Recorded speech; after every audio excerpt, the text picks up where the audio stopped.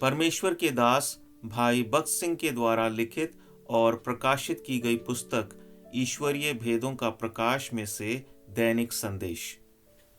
14 मार्च। तेरा भला आत्मा मुझको धर्म के मार्ग में ले चले। भजन संहिता 146 और उसका 10 वचन। इजरायलियों ने जब जंगल में प्रवेश किया तब उन्हें वहां 40 वर्ष तक भटकना पड़ा।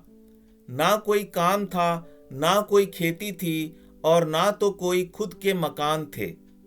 उनके भोजन के विषय में परमेश्वर ने कहा, मैं प्रतिदिन तुम्हारे लिए मन्ना बरसाऊंगा।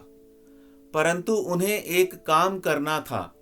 साक्षी के तंबू पर जो परमेश्वर का बादल छाया रहता था, जब तक वह आगे ना बढ़े तब तक जिस स्थान पर इजरायली डेरा डाले रहते थे वहीं पर उन्हें रहना था। गिनती 9 अध्याय और उसके 18 से 22 वचन। जब वे जंगल में थे उस दरमियान वे अपनी इच्छा अनुसार जब और जहां चाहें तब और वहां आना जाना कर नहीं सकते थे।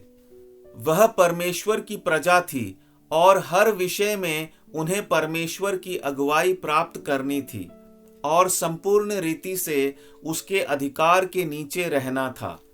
यह एक सामान्य पाठ था, परंतु उन्हें यह सीखना बहुत कठिन लगा था। परमेश्वर चाहता है कि आप और मैं यह पाठ सीखें। रोमियो 8 और उसके 14 वचन के अनुसार उसकी आत्मा की अगुवाई के नीचे रहना सीखें। परमेश्वर की प्रजा को पवित्र आत्मा का दान दिया गया है। वह हमारा उद्धार करता है और रहनुमा अर्थात मार्गदर्शक भी है। जब हम अपनी इच्छाओं के संबंध में मर जाते हैं तब ही यह संभव हो सकता है कि हम परमेश्वर की आत्मा की अगुवाई में चल सकें। यह पाठ सीखने में कई बार कई वर्ष लग जाते हैं। कितने ही ऐसे लोग हैं जो पति या पत्नी, बच्चों, पड़ोसियों, मित्रों, किसी स्त्री या पुरुष द्वारा चलाए चलते हैं, परंतु परमेश्वर के द्वारा नहीं। कितने ही पुरुष सभा में परमेश्वर की सुनते हैं, परंतु घर जाकर पत्नी की सलाह लेते हैं, जो कहती हैं, मूर्ख नहीं बनिए, आपको पत्नी और 3 बच्चों की चिंता करनी है।